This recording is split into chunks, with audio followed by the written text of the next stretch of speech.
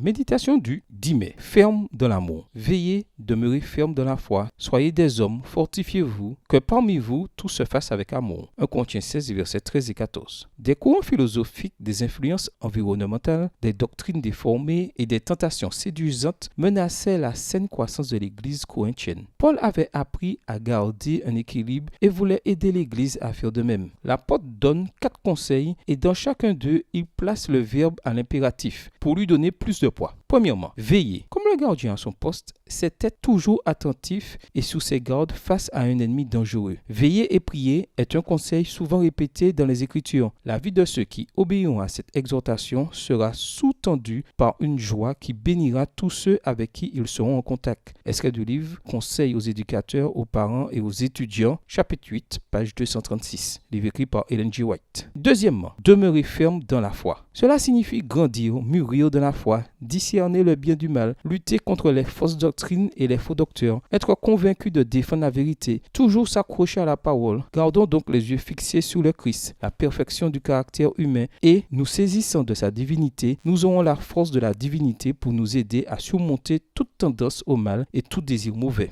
Extrait du livre Fils et filles de Dieu, 24 décembre, page 367. Troisièmement, soyez des hommes. L'accent est mis sur le comportement d'un adulte mature, stable et fort, et non d'un enfant ou d'un débutant dans la foi. Fortifiez-vous et soyez des hommes. Demandez à celui qui, par amour pour vous, a souffert l'opprobre, l'outrage et la moquerie. Seigneur, que veux-tu que je fasse? Extrait de Témoignages pour l'Église, volume 2, chapitre 34, page 271, livre écrit par Ellen G. White. Et quatrièmement, fortifiez-vous. Il ne fait pas référence au développement du corps ou des muscles. Ce n'est pas un surhomme ou un Samson qu'il faut, mais des personnes courageuses, aux convictions fortes, qui tiennent bon même lorsqu'elles rament à contre-courant. Par ailleurs, c'est l'amour qui permettra d'accepter ces impératifs. Un amour suprême pour Dieu et un amour désintéressé pour le prochain qui annihile toute querelle, toute lutte, toute fierté et tous les maux qui en découlent. Martin Luther a déclaré avec assurance: « Même si je ne sais pas dans quelle voie Dieu me conduira, je connais très bien mon guide. C'est en suivant notre guide, en veillant, en priant, en nous réfugiant dans sa parole, que nous renforçons notre foi et marchons fermement dans l'amour du Seigneur. » Bonne journée à vous et que le Seigneur vous bénisse.